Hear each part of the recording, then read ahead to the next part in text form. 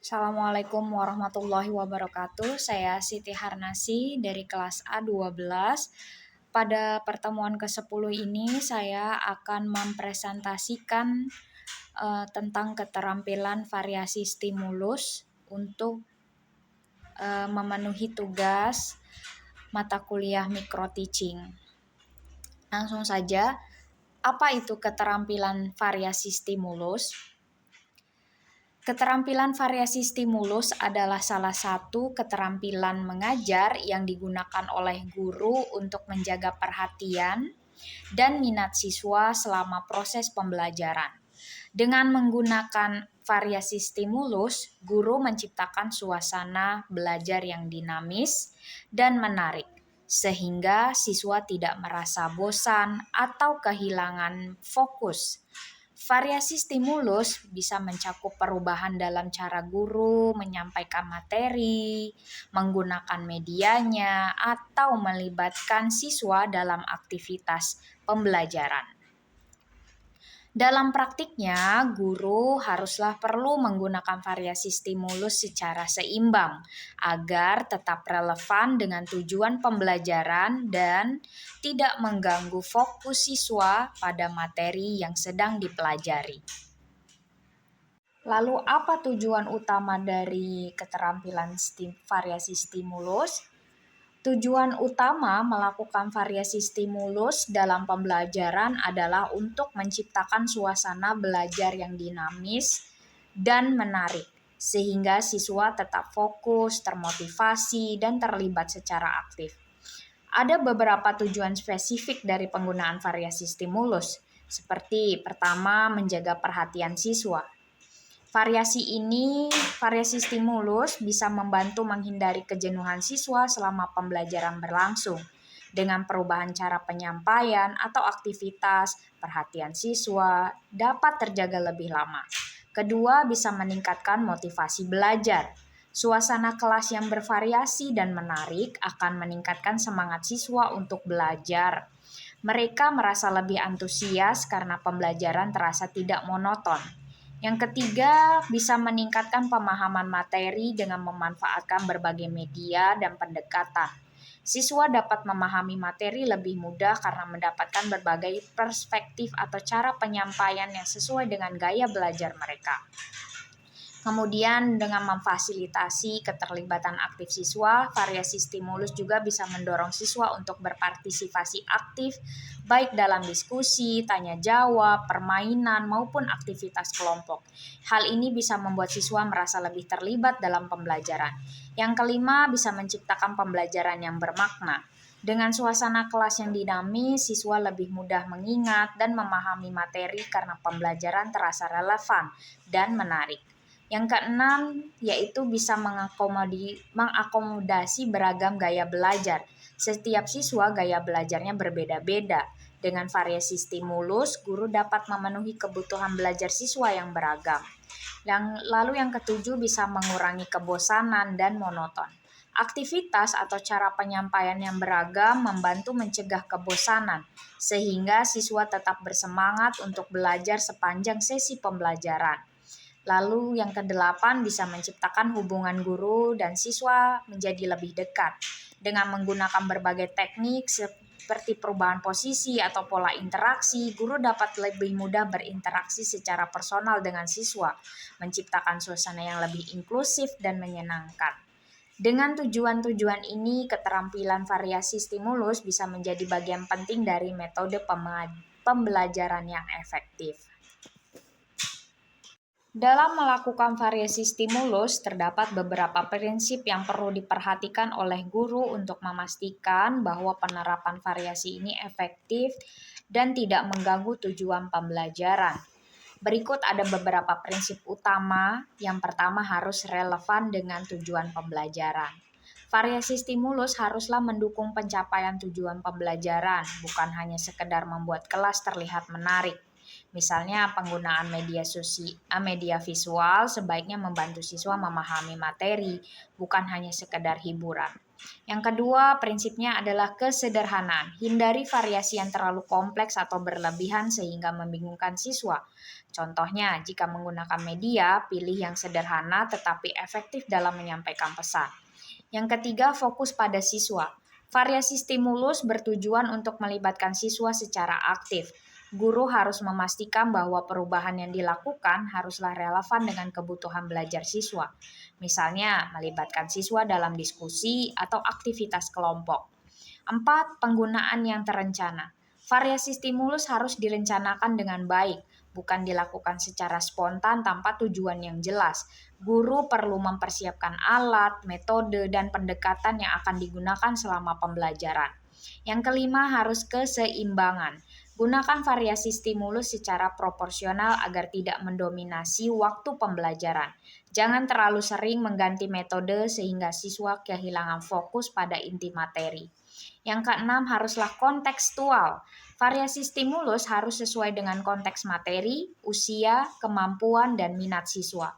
Misalnya, metode bercerita mungkin lebih cocok untuk siswa SD, sedangkan simulasi cocok untuk siswa SMA.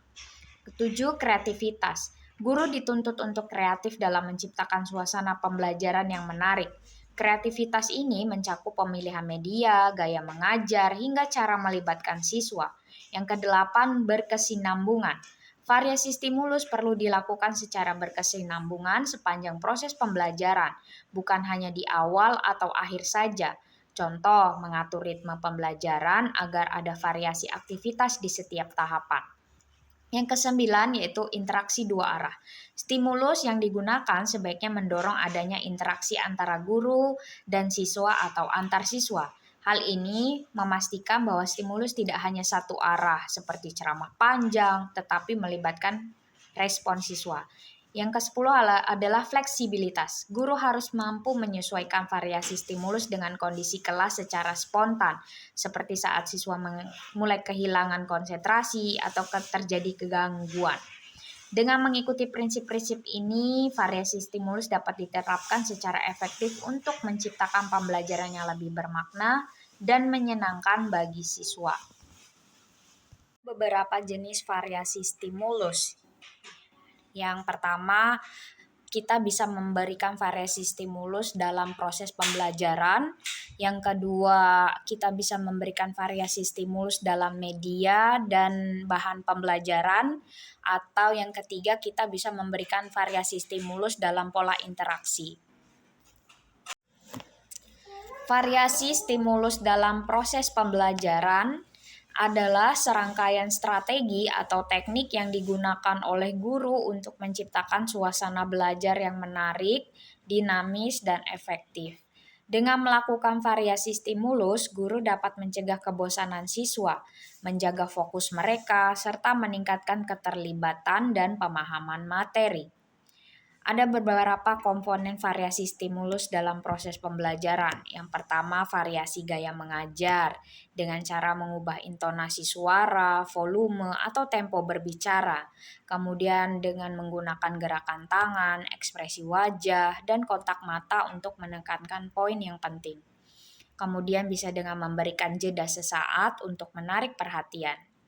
Kemudian ada variasi media pembelajaran. Kita bisa menggunakan alat bantu seperti gambar, video, grafik, atau alat peraga fisik. Atau bisa memanfaatkan teknologi seperti presentasi interaktif, aplikasi pembelajaran, atau simulasi digital. Kemudian variasi aktivitas belajar dengan mengkombinasikan metode ceramah, diskusi kelompok, tanya jawab, permainan, atau eksperimen.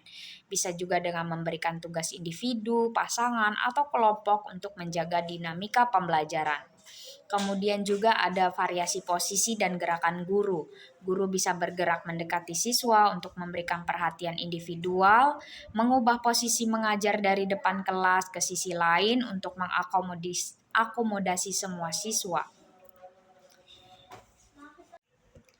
Lalu kita bisa memberikan variasi stimulus dalam media dan bahan pembelajaran, yaitu upaya guru untuk menggunakan berbagai jenis media dan sumber pembelajaran guna menciptakan suasana belajar yang menarik, interaktif, dan efektif. Hal ini bertujuan untuk memenuhi kebutuhan belajar siswa yang beragam dan mendorong pemahaman materi secara optimal. Pentingnya variasi media dan bahan pembelajaran memfasilitasi beragam gaya belajar siswa. Dengan gaya belajar visual akan terbantu dengan gambar, video, atau diagram. Siswa dengan gaya belajar auditori dapat lebih memahami materi melalui rekaman suara atau diskusi.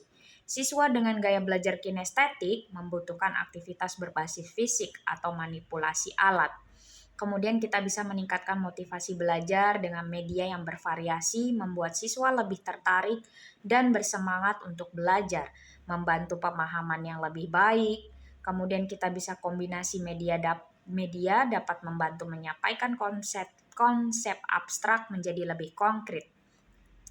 Jenis media dan bahan pembelajaran bisa melalui media visual, seperti gambar atau foto, grafik, diagram, poster, atau infografis. Kemudian kita bisa melalui media audio, berupa rekaman audio ceramah atau bacaan doa untuk pelajaran fikih misalnya, lagu atau musik yang sesuai dengan materi pembelajaran, materi ajar. Kemudian ada media audiovisual seperti video interaktif. Kemudian juga kita bisa menggunakan media digital, aplikasi pembelajaran.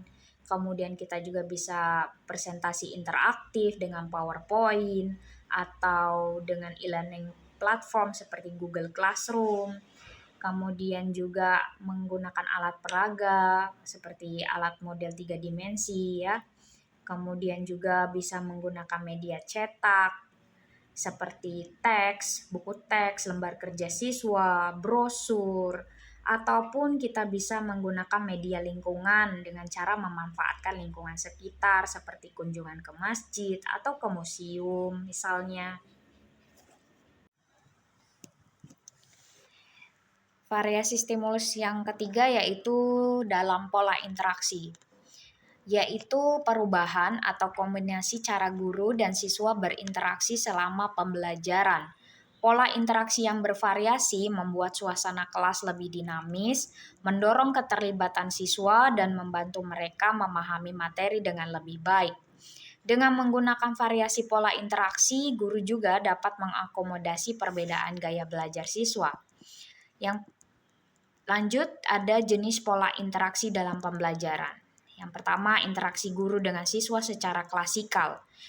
Contoh dengan guru berbicara atau menjelaskan materi kepada seluruh kelas. Hal ini cocok untuk memberikan penjelasan konsep atau instruksi secara umum. Kemudian ada interaksi guru dengan siswa secara individual. Dengan cara guru mendekati siswa secara personal untuk memberikan bimbingan. Hal ini sangat efektif untuk siswa yang membutuhkan perhatian khusus. Kemudian ada interaksi siswa dengan siswa dalam kelompok kecil dengan cara bekerja sama dalam kelompok untuk menyelesaikan tugas, diskusi, atau bahkan proyek. Hal ini bisa membantu melatih keterampilan kolaborasi, komunikasi, dan berpikir kritis. Kemudian interaksi siswa dengan siswa secara berpasangan dengan cara berdiskusi atau bekerja sama dalam pasangan untuk tugas tertentu.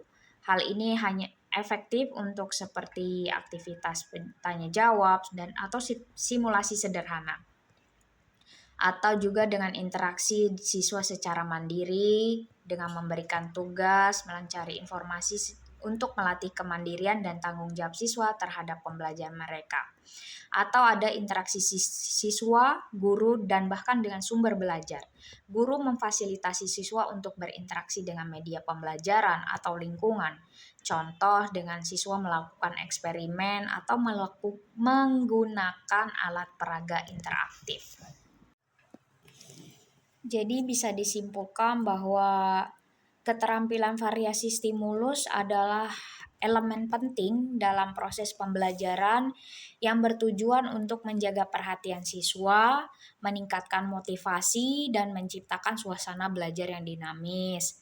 Dengan memanfaatkan variasi dalam gaya mengajar, media, pola interaksi, dan aktivitas, guru dapat mengakomodasi kebutuhan belajar siswa yang beragam, membuat materi lebih mudah dipahami, serta mendorong keterlibatan aktif siswa. Penguasaan variasi stimulus dapat memungkinkan seorang guru menjadi lebih fleksibel, inovatif, dan responsif terhadap situasi kelas. Dengan demikian, pembelajaran menjadi lebih bermakna dan menyenangkan bagi siswa maupun gurunya. Demikianlah persentase dari saya, kurang lebihnya saya mohon maaf. Billahi taufik wal hidayah. Assalamualaikum warahmatullahi wabarakatuh.